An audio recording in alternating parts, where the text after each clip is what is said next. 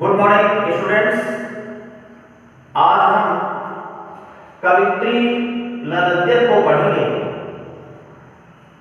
कवित्री ललद्य भक्तिकाल की कवित्री है। कश्मीरी भाषा की सर्वश्रेष्ठ कवित्री इन्हें माना जाता है। इनका जन्म 1320 ईस्वी में हुआ और इनकी मृत्यु 1391 ईस्वी में हुई। इनको अनेक नामों से जाना जाता है, लला, लल्लेश्वरी, ललारिका इत्यादि। कवित्री का मानना था कि भक्ति के द्वारा, प्रेम पूर्ण समर्पण के द्वारा ही ईश्वर को प्राप्त किया जा सकता है। यह जीवन नश्वर है, नाशवान है, क्षणभंगुर है। इसलिए हमें जीवन में ईश्वर भक्ति की ओर अग्रसर होना चाहिए, ईश्वर को प्राप्त करने का प्रयास करना चाहिए। यहाँ कवित्री द्वारा लिखे गए 4 वाक्यों का हम अध्ययन करेंगे। वाक्य का अर्थ होता है भाखना, बोलना। तो यहाँ पर कवित्री के 4 वाक्य प्रस्तुत किए गए हैं। रस्सी कच्चे धागे की खींच रही मैं नाव, जाने कब सुन मेरी पुकार, करे देव भव सागर पार। पानी टपके कच्चे सकोरे, व्यर्थ प्रयास हो रहे मेरे, जी में उठती रह रहा हूँ, घर जाने की चाह है घेरे।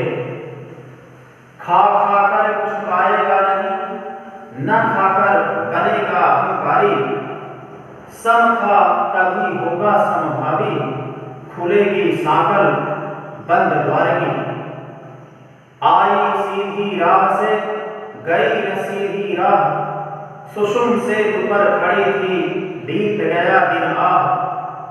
जेब टटोली कौड़ी न पाई, माझी को दूं क्या उतराई। थल थल में बसता है शिवनी, भेद न कर क्या हिंदू मुसलमान। ज्ञानी है तो स्वयं को जान, वही है साहिब से कच्चा। पहला वाक्य देखेंगे।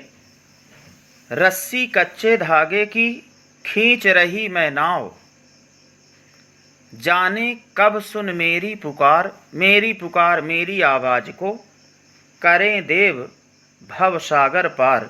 देव ईश्वर, भव सागर संसार सागर, पार पार करना। पानी टपके कच्चे सकोरे, कच्चे सकोरे कच्चे धागे की रस्सी। व्यर्थ प्रयास हो रहे मेरे, प्रयास प्रयत्न। जी में उठती रह रह हूँक, जी माने हृदय, रह रह हूँक, हूँक मतलब वेदना, तड़प, पीड़ा। घर जाने की चाह है घेरे। यहाँ पर कवित्री का घर ईश्वर का घर है, परमात्मा का घर है। तो देखेंगे कैसे लिखेंगे। कवित्री कहती हैं कि रस्सी कच्चे धागे की खींच रही मैं नाव, यह जीवन कच्चे धागे की रस्सी के समान नश्वर है, नाशवान है। खींच रही मैं नाव, जिसके सहारे मैं प्रभु भक्ति रूपी, ईश्वर भक्ति रूपी नाव को खींच रही हूँ। जाने कब सुन मेरी पुकार, न जाने ईश्वर मेरी पुकार को, मेरी आवाज़ को कब सुनेंगे। और करें देव भव सागर पार, और मुझे इस संसार सागर से, इस भव सागर से कब मुक्त करेंगे, कब पार करेंगे। पानी टपके कच्चे सकोरे, इस कच्चे धागे की रस्सी में एक एक बूंद पानी टपक रहा है, अर्थात समय कटता जा रहा है, समय व्यतीत होता जा रहा है। व्यर्थ प्रयास हो रहे मेरे, ईश्वर प्राप्ति संबंधी मेरे प्रयत्न व्यर्थ होते जा रहे हैं, निष्फल होते जा रहे हैं। जी में उठती रह रह हूक, मेरे हृदय में रह रह कर तड़प उठ रही है, वेदना उठ रही है। घर जाने की चाह है घेरे, और मैं उस परमात्मा, उस ईश्वर के निकट पहुंचना चाहती हूँ, अर्थात परमात्म लोक को प्राप्त करना चाहती हूँ। दूसरा देखेंगे, खा खाकर कुछ पाएगा नहीं, न खाकर बनेगा अहंकारी। अहंकारी घमंडी स्वभाव का। समखा, समखा अपनी इंद्रियों पर संयम रखना, बाह्य इंद्रियों और आंतरिक इंद्रियों पर संयम रखना। समभावी, सबको समान भाव से समान दृष्टि से देखना। अखुलेगी साकल बंद द्वार की। अब देखेंगे कैसे लिखेंगे। कवित्री मनुष्य को संबोधित करते हुए कहती हैं कि खा खाकर कुछ पाएगा नहीं। हे मनुष्य, यदि तुम जीवन में सुख साधनों से संपन्न मार्ग को अपनाते हो तो तुम्हें कुछ भी प्राप्त नहीं होगा। न खाकर बनेगा अहंकारी। और यदि तुम सुख साधनों से अलग त्याग और तपस्या के मार्ग को अपनाते हो तो तुम्हारे मन में अहंकार उत्पन्न होगा, घमंड उत्पन्न होगा। समखा तभी होगा समभावी। इसलिए तुम अपनी इंद्रियों पर संयम रखते हुए समभावी, सबको समान भाव से समान दृष्टि से देखते हुए भोग विलास और त्याग तपस्या के बीच मध्य मार्ग का चयन करो, तभी खुलेगी साकल बंद द्वार की। बंद द्वार की साकल खुलेगी, अर्थात तुम्हारे लिए ईश्वर प्राप्ति का मार्ग प्रशस्त होगा, ईश्वर प्राप्ति का मार्ग खुलेगा।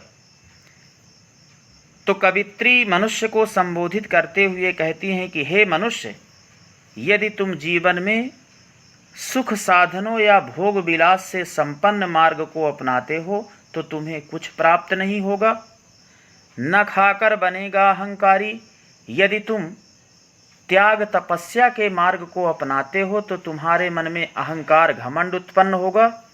इसलिए तुम अपनी इंद्रियों पर संयम रखते हुए सबको समान भाव से समान दृष्टि से देखते हुए भोग विलास और त्याग तपस्या के बीच के मार्ग का चयन करो, तभी तुम्हारे लिए ईश्वर प्राप्ति का मार्ग प्रशस्त होगा, तुम्हारे लिए ईश्वर प्राप्ति का मार्ग खुलेगा। तीसरा वाक्य देखेंगे, आई सीधी राह से गई न सीधी राह, सुषुम सेतु सुषुम्ना नाड़ी। योग साधक सुषुम्ना नाड़ी को साधने का प्रयास करते हैं। बीत गया दिन आह, पूरा जीवन व्यतीत हो जाना। जेब टटोली कौड़ी न पाई, कौड़ी एक पैसा। माझी नाविक, और यहाँ पर माझी ईश्वर है। तो देखेंगे कवित्री कहती है कि आई सीधी राह से गई न सीधी राह। मैं ईश्वर प्राप्ति के मार्ग में निरंतर चल रही थी, लेकिन हठतापूर्वक मैंने किसी दूसरे मार्ग का चयन कर लिया।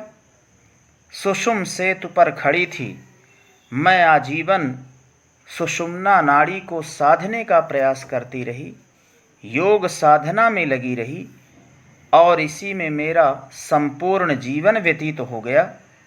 जेब टटोली कौड़ी न पाई, और अंत में जब मैंने अपने जीवन रूपी जेब को देखा तो मेरे पास एक कौड़ी भी नहीं थी। माझी को दूं क्या उतराई।